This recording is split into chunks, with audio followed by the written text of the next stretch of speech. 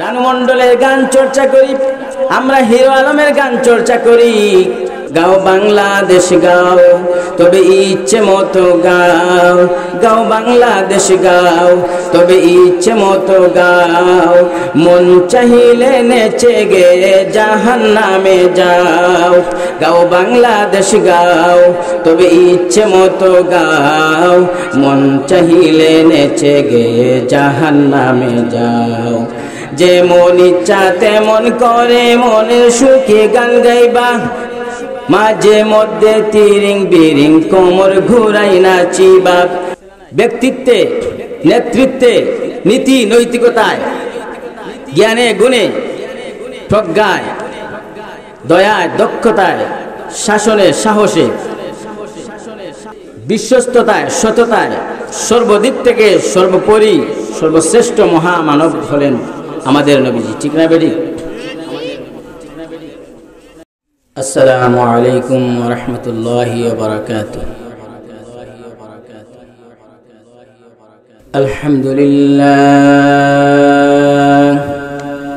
আলহামদুলিল্লাহি নাহমাদুহু ওয়া নাস্তাঈনুহু ওয়া নাস্তাগফিরুহু ওয়া নু'মিনু বিহি ওয়া নাতাওয়াক্কালু আলাইহি ونعوذ بالله من شرور أنفسنا ومن سيئات أعمالنا من يهده الله فلا مضل له ومن يضلله فلا هادي له ونشهد أن لا إله إلا الله وحده لا شريك له ونشهد أن سيدنا وسندنا وحبيبنا ومولانا محمدا عبده ورسوله أرسله بالحق بشيرا ونذيرا وداعيا إلى الله بإذنه وسراجا منيرا أما بعد فقد قال الله تبارك وتعالى في كلامه المجيد وفي فرقانه الحميد أعوذ بالله من الشيطان الرجيم بسم الله الرحمن الرحيم لقد كان لكم في رسول الله أسوة حسنة صدق الله مولانا العظيم قال النبي صلى الله عليه وسلم المسلم من سلم المسلمون من لسانه ويده أو كما قال عليه الصلاة والسلام درود شريف صلى الله على سيدنا ومولانا محمد وعلى آله وأصحابه وسلم فکر دنیا کرके देखा फिक्र अक़बा करके देख छोड़ अब जिक्र सारे जिक्र मौला करके देख ला इलाहा इल्लल्लाह सबाई सबाई ला इलाहा इल्लल्लाह ला इलाहा इल्लल्लाह ला इलाहा इल्लल्लाह ला इलाहा इल्लल्लाह ला इलाहा इल्लल्लाह कुल किसे का कम है कुल किसे का है हुआ सबको अपना करके देखा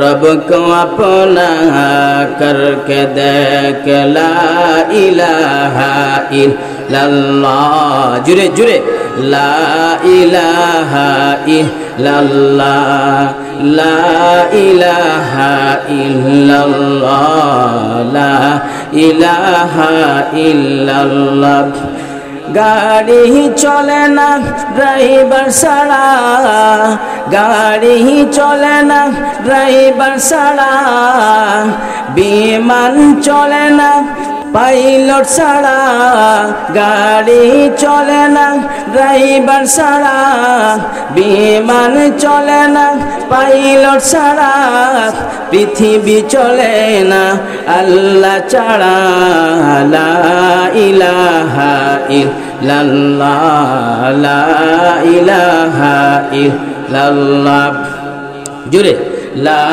इलाहा इल्लल्लाह ला इलाहा इल्लल्लाह ला इलाहा इल्लल्लाह ला इलाहा इल्लल्लाह ला इलाहा इल्लल्लाह ला इलाहा इल्लल्लाह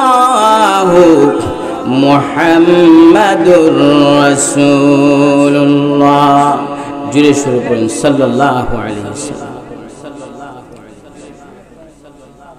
अल्हम्दुलिल्लाह जामिया इस्लामिया खातून जन्नत रदियल्लाहु ताआला अन्हा दारुल हादिस महिला टाइटल माद्रासा राजापुर कुपुर सातकेर उद्योगे आयोजित आजकेर बात्सरिक इस्लामी महासम्मेलनेर सम्मानित सभापति साहेब एवं उपस्थित ताওহীদ जनता नौजवान भाईरा आजकेर महफिलेर प्रधान अतिथि विशेष अतिथि आजकेर महफिलेर प्रधान अतिथि हजरतुल आल्लाम हजरत मौलाना मुफ्ती आली हसन उसामा साहेब दामत बरकातुहुमुल आलिया बारकल्लाहु फी हयातिही व सिह्हतिही व सिह्हति जसदिही व इल्मी सकलेर प्रति জানাচ্ছি অন্তরের অন্তঃস্থল থেকে মোবারকবাদ এবং আন্তরিক শুভেচ্ছা। আমরা শুরুতেই মহান আল্লাহ তাবারকা ওয়া তাআলার দরবারে শুকরিয়া জ্ঞাপন করছি, যেই মহান আল্লাহ তাবারকা ওয়া তাআলা আমাদেরকে আজকের মাহফিলে আসার এবং বসার তৌফিক দিয়েছে। এজন্য আমরা আমাদের অন্তর থেকে শুকরিয়া জ্ঞাপন করছি আলহামদুলিল্লাহ। শুকরিয়া আদায় করতে হবে, নিয়ামতের শুকরিয়া আদায় করতে হবে, ঠিক না বেঠিক? সকলে একটু জোরে জোরে বলি, ঠিক না বেঠিক? আমরা নিয়ামত যখন ভোগ করব তখন শুকরিয়া আদায় করব কার? আল্লাহ তাবারক ওয়া তাআলা। আমরা যখন ভালো কোনো কাজ করব তখন শুকরিয়া আদায় করব কার? আল্লাহ তাবারক ওয়া তাআলা। বাজারে যখন যাইব তখন শুকরিয়া আদায় করব কার? আল্লাহ তাবারক ওয়া তাআলা। ভাত খেতে বসবো শুকরিয়া আদায় করব কার? আল্লাহ তাবারক ওয়া তাআলা। ঠিক না বেটি? সর্বাবস্থায় শুকরিয়া আদায় করতে হবে মহান আল্লাহ তাবারক ওয়া তাআলা। আমরা যদি নিয়ামত পাওয়ার পরেও শুকরিয়া জ্ঞাপন না করি তাহলে আমাদের ক্ষতিটা কি হবে? আল্লাহ তাবারক ওয়া তাআলা মহাগ্রন্থ আল কোরআনুল কারীমের ভিতরে বলে দিচ্ছেন, লাইন শাকারতুম লাযীদান্নাকুম ওয়া লাইন কাফারতুম ইন্না আযাবি লাশাদীদ। মহান আল্লাহ রাব্বুল আলামিন মহাগ্রন্থ আল কোরআনের ভিতরে ইরশাদ করে দিচ্ছেন, লাইন শাকারতুম লাযীদান্নাকুম, ওরে আমার বান্দারা, লাইন শাকারতুম, যদি তোমরা আমার নিয়ামতের শুকরিয়া আদায় করো তাহলে আমি আল্লাহ রাব্বুল আলামিন তোমাদেরকে নিয়ামত বাড়িয়ে দিব। লাযীদান্নাকুম, আল্লাহ রাব্বুল আলামিন লাম তাকিদ দিয়ে বলতেছেন, আল্লাহ রাব্বুল আলামিন তাকিদ দিয়ে বলতেছেন লাযীদান্নাকুম, আমি আল্লাহ রাব্বুল আলামিন তোমাদের জন্য আমি নিয়ামত বাড়িয়ে দেব। পক্ষান্তরে যারা আমার নিয়ামতের নাশুকরি করবে, লাযীদান্নাকুমের পরে আল্লাহ বলতেছেন ওয়ালা ইন কাফারতুম, যারা আমার নিয়ামতের শুকরিয়া আদায় করবে তারা আমার নিয়ামতের বৃদ্ধি পাবে, আর যারা আমার নিয়ামতের নাশুকরি করবে, ওয়ালা ইন কাফারতুম, যারা আমার নিয়ামতকে অস্বীকার করবে, ইন্না আযাবি লাশাদীদ। আল্লাহ রাব্বুল আলামিন বলতেছেন ইন্না আযাবি লাশাদীদ, তাদের জন্য আমার কঠিন আযাব রয়েছে। আমি আল্লাহ রাব্বুল আলামিন তাদেরকে কঠিন আযাবের সম্মুখীন করব। বলেন নাউজুবিল্লাহ, একটু জোরে সুরে বলেন নাউজুবিল্লাহ। আমরা নিয়ামতের শুকরিয়া আদায় করলে পরে নিয়ামত আল্লাহ তাআলা বাড়িয়ে দেবেন। আসুন আমরা আল্লাহ তাআলার শুকরিয়া আদায় করলাম। মুহতারাম হাজিরিন, আমি আপনাদের সম্মুখে এখানে আয়াতে কারিমা তিলাওয়াত করছি। লাকাদ কানা লাকুম ফি রাসূলিল্লাহি উসওয়াতুন হাসানাহ। আল্লাহ তাবারক ওয়া তাআলা বলতেছেন লাকাদ কানা লাকুম ফি রাসূলিল্লাহি উসওয়াতুন হাসানাহ, আমার নবীর জীবনে তোমাদের জন্য রয়েছে উত্তম আদর্শ। ঠিক না বেটি? নবীজির জীবনে উত্তম আদর্শ আছে না নাই? আছে। ব্যক্তিত্বে, নেতৃত্বে, নীতি নৈতিকতায়, জ্ঞানে গুণে, প্রজ্ঞায়, দয়ায়, দক্ষতায়, শাসনে, সাহসে, দানে, দরদে, দারিদ্র্যে, ধৈর্যে, বিশ্বস্ততায়, সততায়, সর্বদিক থেকে সর্বোপরি সর্বশ্রেষ্ঠ মহামানব হলেন আমাদের নবীজি। ঠিক না বেটি? আমাদের নবীজি সাল্লাল্লাহু আলাইহি ওয়াসাল্লাম আল্লাহ রাব্বুল আলামিনের প্রতি পরম ভালোবাসা রয়েছে।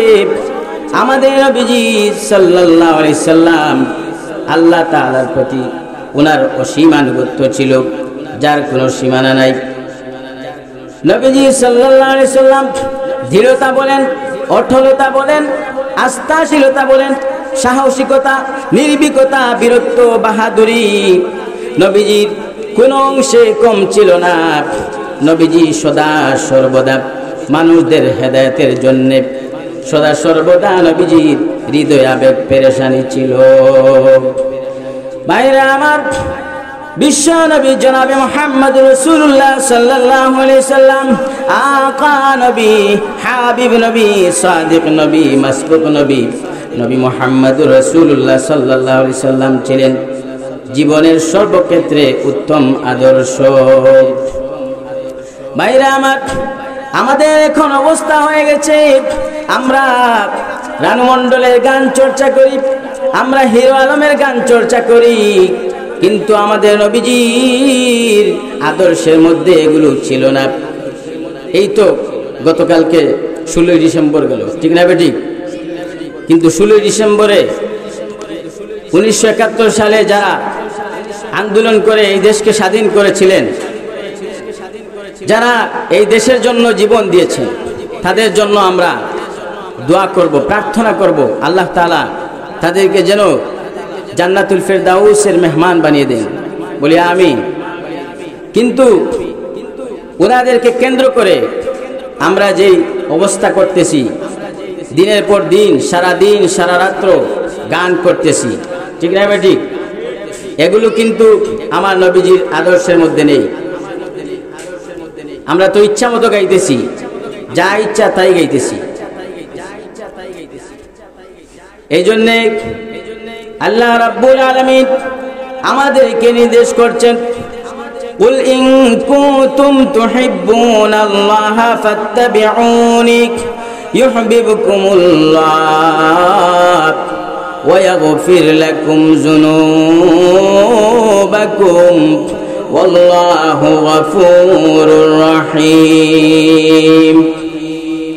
আল্লাহ রাব্বুল আলামিন বলেন, কুল ইন কুনতুম তুহিব্বুনাল্লাহা ফাত্তাবিউনি, হে মানবেরা, তোমরা যদি আমি আল্লাহকে ভালোবাসতে চাও তাহলে নবীকে ভালোবাসো। ফাত্তাবিউনি ইউহিব্বুকুমুল্লাহ, যদি তোমরা আমার নবীর অনুকরণ করে চলো তাহলে আমি আল্লাহ রাব্বুল আলামিন তোমাদেরকে ভালোবাসবো। বলেছেন কে? আল্লাহ রাব্বুল আলামিন। তারপরে অংশে আল্লাহ রাব্বুল আলামিন বলেন, ওয়া ইয়াগফির লাকুম যুনুবাকুম ওয়াল্লাহু গফুরুর রহিম। আমি আল্লাহ রাব্বুল আলামিন তোমাদের জীবনের সমস্ত গুনাহগুলোকে মাফ করে দিব, সমস্ত গুনাহগুলোকে মার্জনা করে দেব। আমরা এখন বর্তমানে নবীজির অনুসরণ না করে আমরা ইহুদি খ্রিস্টানের কালচার এনে গেছি। এই জন্য একটি সঙ্গীত পরিবেশন করব। গাও বাংলাদেশ গাও, তবে ইচ্ছে মতো গাও, গাও বাংলাদেশ গাও, তবে ইচ্ছে মতো গাও, মন চাহিলে নেচে গে জাহান্নামে যাও। গাও বাংলাদেশ গাও, তবে ইচ্ছে মতো গাও, মন চাহিলে নেচে গে জাহান্নামে যাও। যে মন ইচ্ছা তেমন করে মনের সুখে গান গাইবা, মাঝে মধ্যে তিরিং বিরিং কোমর ঘুরাই নাচিবা। যে মন ইচ্ছা তেমন করে মনের সুখে গান গাইবা, মাঝে মধ্যে তিরিং বিরিং কোমর ঘুরাই নাচিবা। আছে না নাই? মুসলমানকে মানতে হবে কোরআন হাদিসের সীমানা, এই সীমানা লঙ্ঘন করলে জাহান্নামে ঠিকানা। মুসলমানকে মানতে হবে কোরআন হাদিসের সীমানা, এই সীমানা লঙ্ঘন করলে জাহান্নামে ঠিকানা। ঠিক না বেঠিক? কোরআন হাদিসের সীমানা, মুসলমানদেরকে কোরআন হাদিসের সীমানা মানতে হবে। আল্লাহ রাব্বুল আলামিন কোরআন অনুযায়ী চলার জন্য নির্দেশ করেছেন, আর আমরা ইহুদি খ্রিস্টানের কালচার নিয়ে চলাফেরা করতেছি। ভাইরা আমার, ইহুদি খ্রিস্টানের কালচার নিয়ে চলাফেরা করলে আমাদেরকে আমরা পরিত্রাণ পাবো না। আল্লাহ রাব্বুল আলামিন আমাদেরকে কাল কিয়ামতের দিনে কঠিন আযাবের সম্মুখীন করবেন। ভাইরা আমার, আল্লাহ নবী বিশ্ব নবী বলেন, কিন্তু দেখবেন একদল আছে নবীকে ভালোবাসে, নবীজি আশিকে রাসূল দাবি করে, কিন্তু আশিকে রাসূল দাবি করে নবীজির মতে উল্টা কাজ করে। আছে না নাই? সুতরাং ভাইরা আমার, আল্লাহ নবী বিশ্ব নবী এই জন্যে এই শিরিক বেদাতের বিরুদ্ধে বিশ্ব নবীজি সদা সর্বদা সোচ্চার ছিলেন। গান বাজনার বিরুদ্ধে নবীজি সদা সর্বদা সোচ্চার ছিলেন। মূর্তি পূজার বিরুদ্ধে নবীজি সদা সর্বদা সোচ্চার ছিলেন। ভাইরা আমার, আল্লাহ নবী বিশ্ব নবী জনাবে মুহাম্মদুর রাসূলুল্লাহ সাল্লাল্লাহু আলাইহি ওয়াসাল্লাম মক্কার কাফির বেঈমানদেরকে ইহুদি খ্রিস্টানদেরকে এক আল্লাহ রাব্বুল আলামিনের উপাসনা করার জন্য দাওয়াত দিয়েছেন। সদা সর্বদা নবীজি আন্তরিকতার সাথে নিঃস্বার্থতার সাথে নবীজি সদা সর্বদা দাওয়াত দিয়েছেন। কিন্তু ইহুদি খ্রিস্টানেরা কাফির বেঈমানেরা আমার নবীজির বিরোধিতা শুরু করলো।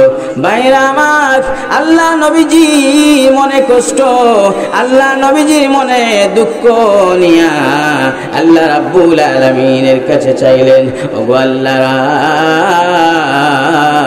ওগো আল্লাহ, আমি তোমার দাওয়াত দিয়েছি আল্লাহ, আমার নিজের কোনো স্বার্থের জন্য নয় আল্লাহ গো, তোমার দিনকে কায়েম করার জন্য আমি তোমার রাস্তায় দাওয়াত দিয়েছি।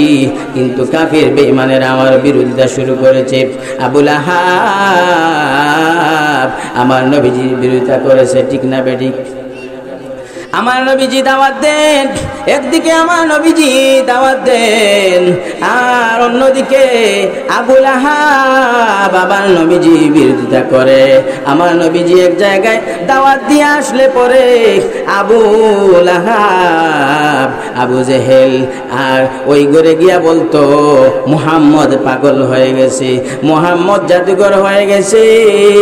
ও মুসলমান ইমানদারেরা, মুসলমান ভাইয়েরা আমার, আল্লাহ নবীজির মনে কষ্ট, আর আবু লাহাবের স্ত্রীও আল্লাহ নবীর বিরোধিতা করতে কম করে নাই, আল্লাহ নবীজির বিরোধিতা করেছে।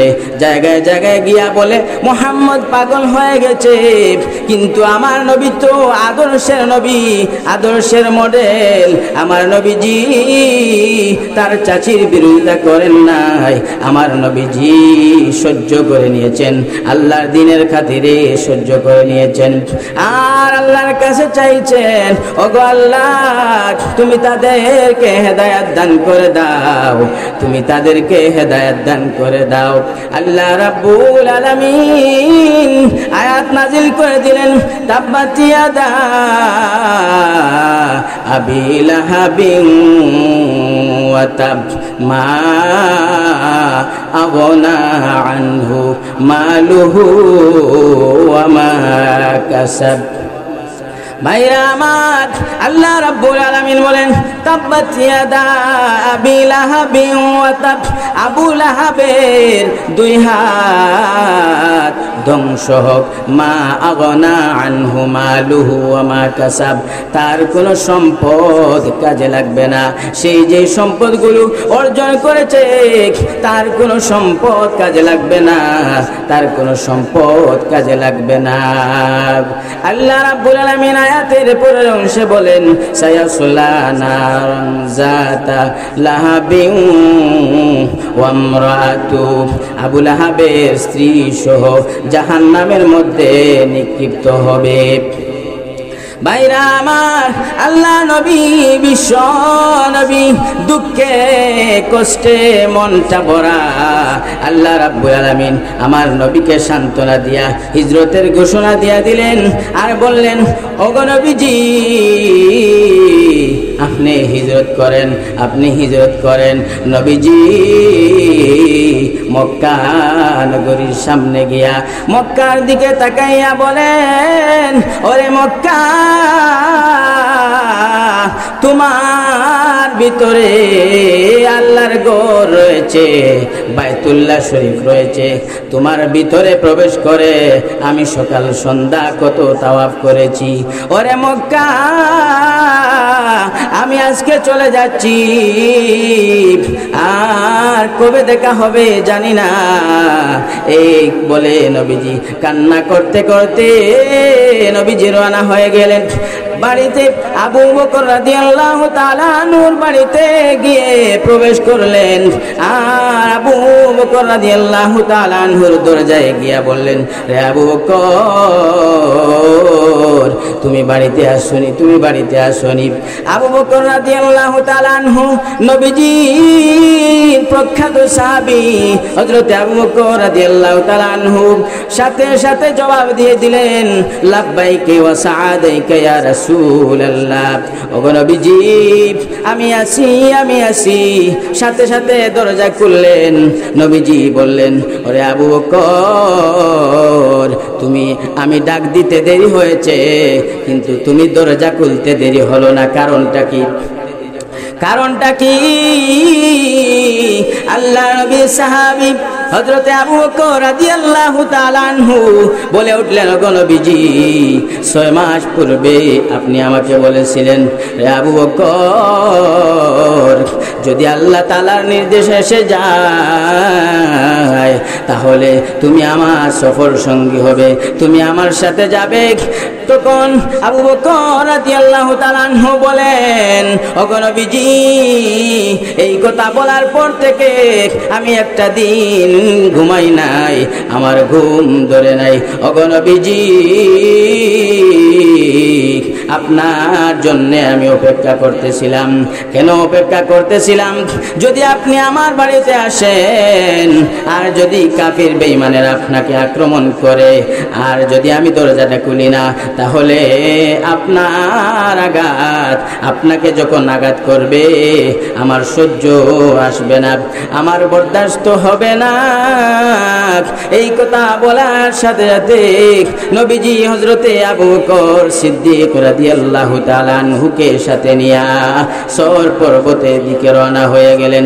সর পর্বতের মধ্যে, সর গুহার মধ্যে গিয়া 3 দিন যাপন করলেন। তখন কাফির বেঈমানেরা আমার নবীকে খোঁজ করতেছে, আমার নবীকে মারার জন্য খোঁজ করতেছে। তখন আমার নবীকে হযরতে আবু বকর রাদিয়াল্লাহু তাআলা আনহু বলেন, ওগো নবীজি কাফির বেঈমানেরা মনে হয় আপনাকে আমাকে পেয়ে যাবে, যদি পেয়ে যায় তাহলে আমাদেরকে এখনই তারা হত্যা করবে। আমার নবীজি ভাইরা আমার নবীজি সাল্লাল্লাহু আলাইহি সাল্লাম আবু বকর সিদ্দিক রাদিয়াল্লাহু তাআলা আনহুকে সান্ত্বনা দিলেন, ওরে আমার সাহাবী। আল্লাহ রাব্বুল আলামিন তখন আয়াত নাজিল করলেন, নবীজি পড়ে শোনালেন, লা তাহজান ইন্নাল্লাহা মা'ানা। আল্লাহর নবীজি কত ধৈর্যশীল ছিলেন। মক্কা কাফির বেঈমানদেরকে কোনো প্রতিশোধ নিলেন না। আল্লাহ রাব্বুল আলামিনের কাছে বিচার দিয়া সাহাবীকে নিয়া মদিনার দিকে চলে গেলেন। ভাইরা আমার, যখনই মদিনায় প্রবেশ করবেন তখনই ছোট ছোট শিশু বাচ্চারা বলতে শুরু করলো, طلع البدر علينا من ثنيات الوداع وجب الشكر علينا ما دعا لله داعي। মদিনার শিশুরা পর্যন্ত আমার নবীকে ভালোবাসতো। আমার নবীও শিশুদেরকে ভালোবাসতেন, খুবই ভালোবাসতেন। কেমন ভালোবাসতেন দেখেন, ঈদের দিনের একটি ঘটনা। ভাইরা আমার, মুহতারাম হাজিরিন, ঈদের দিনে আমার নবীজি ঈদের নামাজ শেষ করে রাস্তায় হেঁটে চলে যাচ্ছেন, রাস্তার দিকে বাড়িতে রওনা হয়েছেন। তৎক্ষণাৎ মাঠের কোণের মধ্যে একটা শিশুকে দেখলেন, শিশুটা বসে বসে কান্না করতেছে। আমার নবীজি ওই শিশুটার কাছে গেলেন। ওই শিশুটার কাছে গিয়া নবীজি কান্নার কারণ জিজ্ঞাসা করলেন। বললেন, রে শিশু, তোমার কি হয়েছে? ওই শিশুটার সাথে সাথে আমার নবীজির দিকে তাকাইয়া কৃতজ্ঞতা স্বরূপ আমার নবীজিকে বলে উঠল, ওগো নবীজি, আমার মা নাই, আমার বাবা নাই, আমার মা নাই, বাবা নাই, আমাকে কেউ ভালোবাসে না, আমাকে কেউ আদর করে না, আমাকে কেউ দেখে না। এই কথা বলার সাথে সাথে আমার নবীজি ওই শিশুটাকে নিয়ে বাড়ির দিকে রওনা হয়ে গেলেন। আদর করে বাড়িতে নিয়ে গেলেন। কি করে নিয়ে গেলেন? আদর করে বাড়িতে নিয়ে গেলেন। আমার নবীজি বাড়িতে গিয়া আর বললেন, রে আয়েশা, আজকে ঈদের দিনে তোমার জন্যে একটা উপহার নিয়ে এসেছি। কি উপহার, কি উপহার? নবীজি বলেন, এই ছেলেটির মা নাই, এই ছেলেটির বাবা নাই, আর মাঠের মধ্যে কান্না করতেছে। আমার নবীজি কথা বলার সাথে সাথে আম্মাজান আয়েশা সিদ্দিকা রাদিয়াল্লাহু তাআলা আনহা দেরি না করে ওই ছেলেটাকে গোসল করে দিলেন, গোসল করে দিলেন। গোসল করানোর পরে ওই ছেলেটাকে খাবার খেতে দিলেন। ভাইরা আমার, ওই ছেলেটা খাওয়ার পরে আর নবীজির কাছ থেকে যাইতে চায় না, নবীজির কাছ থেকে যাইতে চায় না। নবীজি বলেন, ওরে বাবা, আজকে থেকে আমরা তোমার অভিভাবক, আজকে থেকে আমরাই তোমার মা বাবার মতো। আর ওই শিশুটা কৃতজ্ঞতা স্বরূপ নবীজির কাছে বসে রইল, নবীজির কাছে বসে রইল। ভাইরা আমার, নবীজি শুধু শিশু বাচ্চাদের প্রতি দরদি ছিলেন না, শুধুমাত্র শিশু বাচ্চাদেরকে আদর করতেন বিষয়টি এমন নয়।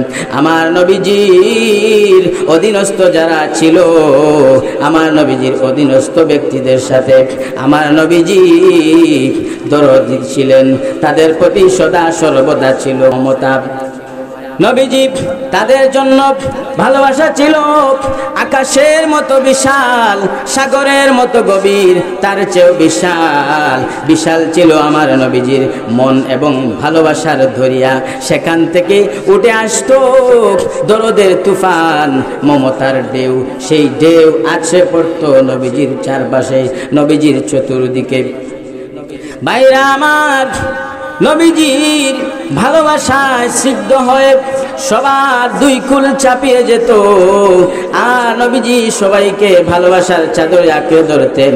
নবীজির দুইজন খাদেম, যায়েদ ইবনে আরকাম রাদিয়াল্লাহু তাআলা আনহু আর হযরতে আনাস ইবনে মালিক রাদিয়াল্লাহু তাআলা আনহু, হযরতে আনাস ইবনে মালিক রাদিয়াল্লাহু তাআলা আনহু, হযরতে যায়েদ ইবনে আরকাম রাদিয়াল্লাহু তাআলা আনহু বলেন, আমি নবীজির খিদমতে ছিলাম।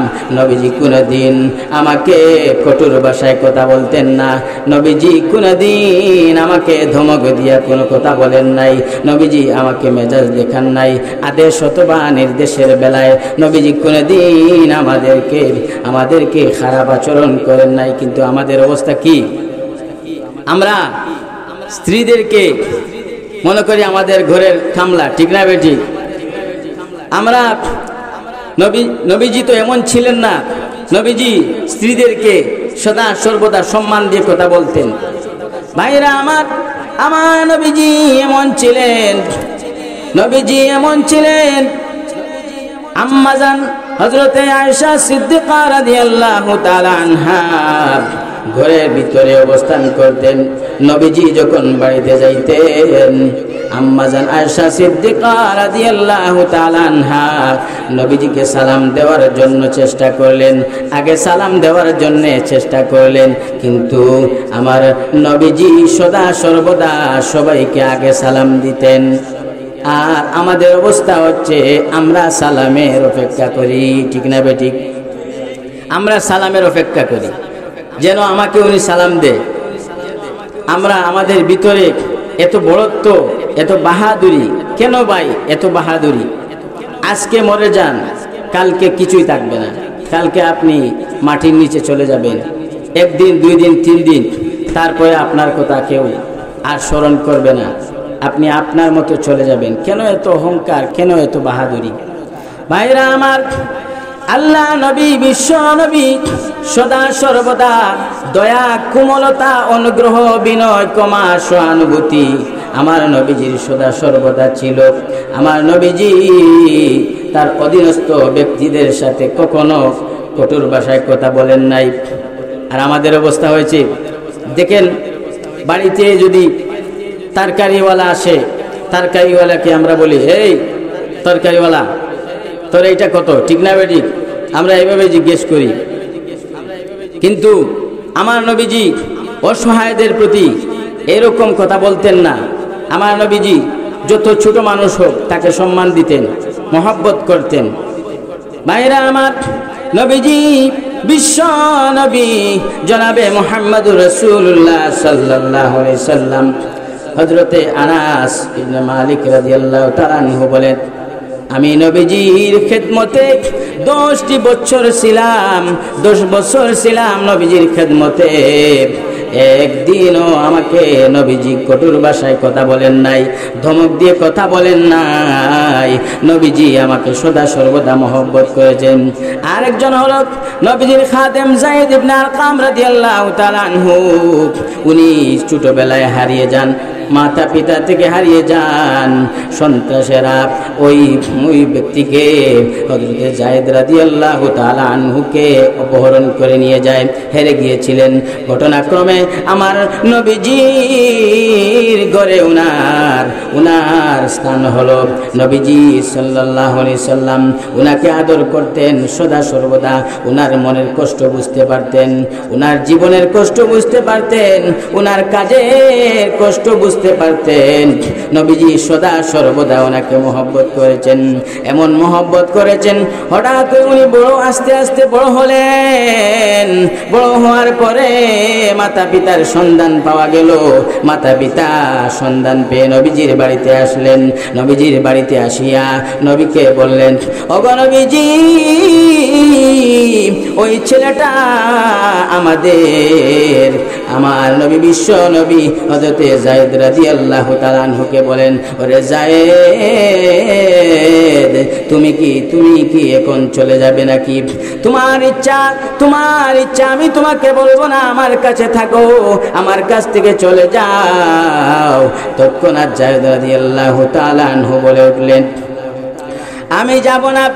আমার নবীজি এত মহব্বত করেন আমাকে, নবীর কাছ থেকে আমি চলে যেতে চাই না। কিন্তু প্রয়োজনে যায়েদ রাদিয়াল্লাহু তাআলা আনহু তার মাতা পিতার খেদমত করতেন। মাতা পিতার খেদমত করার প্রয়োজন আছে না নাই? মাতা পিতার খেদমত করার প্রয়োজন আছে। সময়ে সময়ে গিয়ে মাতা পিতার খেদমত করতেন, কিন্তু উনি নবীজির কাছ থেকে যেতে চাইলেন না। কারণটা কি? আমার নবীজির মহব্বতের কারণে। ভাইরা আমার, এখানেই শেষ নয়। যদি কোনো ভুল হয়ে যায়, কারো ভুল হয়, আমার নবীজি তৎক্ষণাৎ তাকে ক্ষমা করে দিতেন। আমরা ক্ষমা করে দিতে পারি না। আমাদের ক্ষমা করে দেওয়ার অভ্যাস খুবই কম, ঠিক না বেঠিক? ভাইরা আমার, নবীজি সাল্লাল্লাহু আলাইহি সাল্লাম ওই ব্যক্তি সদা সর্বদা ভুল করা ব্যক্তিকে ক্ষমা করে দিতেন। আমার নবীজি বিশ্ব নবী রাহমাতুল লিল আলামিন একজন ব্যক্তি সুমামা ইবনে ওসাল। একবার নবীজি নজদবাসীদের দিকে কয়েকজন অশ্বারোহী সৈন্যদেরকে পাঠাইলেন। ওই সৈন্যরা গিয়া সুমামা ইবনে ওসালকে ধরে আনলো। সে ছিল ইয়ামামাবাসীদের সর্দার। সে অত্যাচার করত, মানুষদের উপরে অন্যায় করত। কিন্তু তারা ওই সৈন্যরা ওই ব্যক্তিটাকে, বনি হানিফা গোত্রের ব্যক্তিটাকে ধরে আনলো। ধরে আনার পরে মসজিদে নববীর খুঁটির সাথে বেঁধে রাখলো। মসজিদে নববীর খুঁটির সাথে বেঁধে রাখলো। বেঁধে রাখার পরে আমার নবীজিকে খবর দিল, আমার নবীজিকে সংবাদ দিল। সংবাদ দেওয়ার সাথে সাথে আমার নবীজি ওই ব্যক্তিটার কাছে ছুটে গেলেন। আমার নবীজি ওই ব্যক্তিটার কাছে ছুটে গেলেন। ছুটে গিয়া ওই ব্যক্তিটাকে বললেন, রে সুমামা ইবনে ওসাল, তুমি কি মনে করতেছো এই মুহূর্তে? তুমি কি কামনা করো? সুমামা ইবনে ওসাল বলে, ওরে মুহাম্মদ, আমি কল্যাণ কামনা করি। এখন এই মুহূর্তে তুমি যদি আমাকে প্রতিশোধ গ্রহণ করো, আমাকে যদি এখন তুমি হত্যা করো, তাহলে, আর যদি তুমি আমাকে হত্যা করো, তাহলে তুমি একজন হত্যাকারী ব্যক্তিকে তুমি হত্যা করবে। আর যদি তুমি আমাকে এই মুহূর্তে ক্ষমা করে দাও, তাহলে একজন কৃতজ্ঞ ব্যক্তিকে তুমি ক্ষমা করে দিবে। দেখেন, এই ব্যক্তিটা কৃতজ্ঞতা প্রকাশ করবে বলার কারণে নবীজি তাকে ক্ষমার দৃষ্টিতে দেখলেন। ভাইরা আমার, ওই ব্যক্তিটা বলল, এই মুহূর্তে যদি আমাকে ছেড়ে দাও, আমাকে যদি তুমি মাফ করে দাও, তাহলে আমি কৃতজ্ঞতা প্রকাশ করব। আর বলে, রে মুহাম্মদ, যদি তুমি আমাকে তাও না পারো, যদি তুমি সম্পদ চাও, টাকা পয়সা চাও, আমি তোমাকে টাকা পয়সা দিব, কোনো কমতি করব না। এই কথা বলার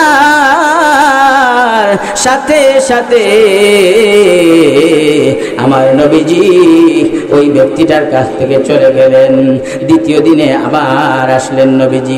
দ্বিতীয় দিনে আবার আসার পরে আমার নবীজি যখন ওই ব্যক্তিটার কাছে আসলেন, ওই ব্যক্তিটাকে বললেন, প্রথম দিনের মতো বললেন, রে সুমামা ইবনে উসাল, তুমি কি মনে করো? সুমামা ইবনে উসাল সাথে সাথে বলে উঠল, রে মুহাম্মদ, তুমি যদি আমাকে হত্যা করো, তাহলে তুমি একজন হত্যাকারীকে হত্যা করবে, আর যদি তুমি আমাকে এখন মাফ করে দাও, তাহলে একজন কৃতজ্ঞ ব্যক্তিকে মাফ করে দিবে। আর যদি তুমি সম্পদ চাও, তাহলে তোমাকে আমি সম্পদ দিয়া দিব। ভাইরা আমার, এইভাবে করে তৃতীয় দিনে নবীজি আসলেন। নবীজি আসার পরে তৃতীয় দিনে ওই নবীজি একইভাবে কথা বললেন। ওই ব্যক্তিটা আমার নবীকে তৃতীয় দিনের মতো এই কথা বলল। তারপরে সাথে সাথে আমার নবীজি ওই ব্যক্তিটাকে ছেড়ে দিলেন। আর উপস্থিত জনতাদেরকে বলে উঠলেন, রে সৈন্যরা, তোমরা ওই ব্যক্তিটাকে ছেড়ে দাও, ছেড়ে দাও। আমার নবীজি ওই ব্যক্তিটাকে ছেড়ে দিলেন। ভাইরা আমার, লক্ষ্য করে শুনুন, ওই ব্যক্তিটাকে ছেড়ে দেওয়ার পরে ওই ব্যক্তিটা কৃতজ্ঞতা প্রকাশ করলো। আর সাথে সাথে মসজিদে নববীর পাশে একটি খেজুরের বাগান ছিল। কি বাগান? খেজুরের বাগান। খেজুরের বাগানের মধ্যে প্রবেশ করলো। ওই খেজুরের বাগানের ভিতরে একটা ঝর্ণা ছিল। ওই ঝর্ণার মধ্যে ওই ব্যক্তিটা প্রবেশ করলো। প্রবেশ করার পরে সাথে সাথে গোসল করে নিল। গোসল করে মসজিদে নববীর ভিতরে প্রবেশ করলো। মসজিদে নববীর ভিতরে প্রবেশ করে আমার নবীজি বলেন, মসজিদে নববীর ভিতরে প্রবেশ করে ওই ব্যক্তিটা কালিমা পড়ে নিল, লা ইলাহা ইল্লাল্লাহু মুহাম্মাদুর রাসূলুল্লাহ। যখন কালিমা পড়ে নিল, কালিমা পড়ে আমার নবীর সাথে দেখা করলো। আমার নবীর সাথে দেখা করে কি বলল? ভাইরা আমার, শুনুন, লক্ষ্য করে শুনুন। আমার নবীর সাথে দেখা করে বলল, রে মুহাম্মদ, আজকে আমি কালিমা পড়ে নিয়েছি, কালিমা পড়ে নিয়েছি। তুমি আমাকে আজকে এত বড় ক্ষমা করলে, তুমি আজকে আমাকে ক্ষমা করে দেওয়ার কারণে আমি কালিমা পড়ে নিয়েছি। আর রে মুহাম্মদ, আল্লাহর কসম করে বলি, আজকে থেকে আমি বলি, আরে মুহাম্মদ, এই পৃথিবীর মধ্যে তোমার চেহারার চাইতে আমার কাছে আর বিকট আর কোনো চেহারা ছিল না, কিন্তু আজকের দিনে তোমার চেহারার চাইতে সুন্দর চেহারা আমার এই পৃথিবীর মধ্যে আর আমার চোখে পড়ে না রে মুহাম্মদ। দুই নম্বরে ওই ব্যক্তিটা বলে, রে মুহাম্মদ, তোমার ধর্মের চাইতে আমার কাছে আর কোন ধর্ম খারাপ ছিল না, কিন্তু আজকের এই দিনে তোমার ধর্মের চাইতে আমার কাছে আর শ্রেষ্ঠ ধর্ম আর মনে হয় না। তিন নম্বরে ওই ব্যক্তিটা বলে, রে মুহাম্মদ, ওরে মুহাম্মদ, তোমার নগরীর চাইতে আর খারাপ বিকট নগরী আমার কাছে আর ছিল না, কিন্তু তারপরে ওই ব্যক্তিটা বলল, রে মুহাম্মদ, আজকের দিনে তোমার নগরীর চাইতে শ্রেষ্ঠ নগরী আর আরেকটা আছে বলে আমার মনে হয় না। দেখছেন কি হয়েছে? ক্ষমা করার কারণে, একজন ব্যক্তিকে ক্ষমা করে দেওয়ার কারণে ব্যক্তিটা মুসলমান হয়ে গেল, কালিমা পড়ে, নবীর হাত ধরে কালিমা পড়ে মুসলমান হয়ে গেছে। ভাইরা আমার, আজকে আমরা আরেক ভাইকে ক্ষমা করে দিতে পারি না। এক ভাই যদি ভুল করে, এক ভাইকে ভুলের কারণে তাকে লজ্জা দেই, ক্ষমা করে দেই না। অথচ আল্লাহ রাব্বুল আলামিন বলেন, ওয়ালা তাস্তাউিল হাসানাতু ওয়ালাস সাইয়্যাত ইদফা বিল্লাতী হিয়া আহসান ফাইজাল্লাযী বাইনাকা ওয়া বাইনাহু আদাওয়াতুন কাআন্নাহু ওয়ালিয়ুন হামীম। আল্লাহ রাব্বুল আলামিন বলেন, ওয়ালা তাস্তাউিল হাসানাতু ওয়ালাস সাইয়্যা, ভালো মন্দ সমান হতে পারে না, ভালো আর মন্দ একই হতে পারে না। ইদফা বিল্লাতী হিয়া আহসান, ইদফা বিল্লাতী হিয়া আহসান, তুমি এমন ভাবে উত্তম জিনিস দ্বারা মন্দের প্রতিহত করো যাহা সর্বোত্তম, সবচাইতে উত্তম। তাহলে কি হবে? মন্দকে দূরীভূত করো ভালোর দ্বারা, তাহলে কি হবে? আল্লাহ রাব্বুল আলামিন আয়াতের পরের অংশে বলেন, ফাইজাল্লাযী বাইনাকা ওয়া বাইনাহু আদাওয়াতুন কাআন্নাহু ওয়ালিয়ুন হামীম।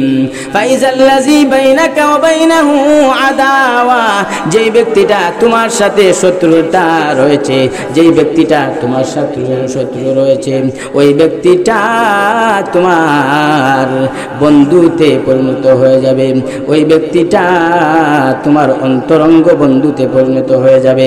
ভাইরা আমার, সুতরাং আসুন আল্লাহ রাব্বুল আলামিনের আইন অনুযায়ী আমরা চলার চেষ্টা করি। আল্লাহর নবী, বিশ্ব নবী রাহমাতাল লিল আলামিন আরেকটি হাদিসের ভিতরে বলেন, লা ইয়ারহামুল্লাহু মাল্লা ইয়ারহামুন নাস। আল্লাহর নবী, বিশ্ব নবী রাহমাতুল লিল আলামিন বলেন, লা ইয়ারহামুল্লাহু মাল্লা ইয়ারহামুন নাস, যেই ব্যক্তিটা মানুষের প্রতি দয়া করে না, যেই ব্যক্তিটা মানুষের প্রতি রহম করে না, ওই ব্যক্তিটা আল্লাহ রাব্বুল আলামিনের দয়া পায় না। সুতরাং আসুন ভাইরা আমার, নবীজির জীবন আদর্শ অনুযায়ী আমাদের জীবনকে পরিচালনা করার চেষ্টা করি, নবীজির শিক্ষাকে আমরা গ্রহণ করি, নবীজির শিক্ষাকে আমরা পালন করি, তাহলে ইহকালীন কল্যাণ, পরকালীন মুক্তি লাভ করতে পারবো। আল্লাহ তাআলা যেন যেই কথাগুলো বলেছি, এই কথাগুলো আমাদেরকে আল্লাহ তাআলা যেন আমলের তৌফিক দান করেন, বলে আমিন। ওয়া আখির দাওয়ানা আলহামদুলিল্লাহি রাব্বিল আলামিন। আসসালামু আলাইকুম ওয়া রাহমাতুল্লাহি ওয়া বারাকাতুহু।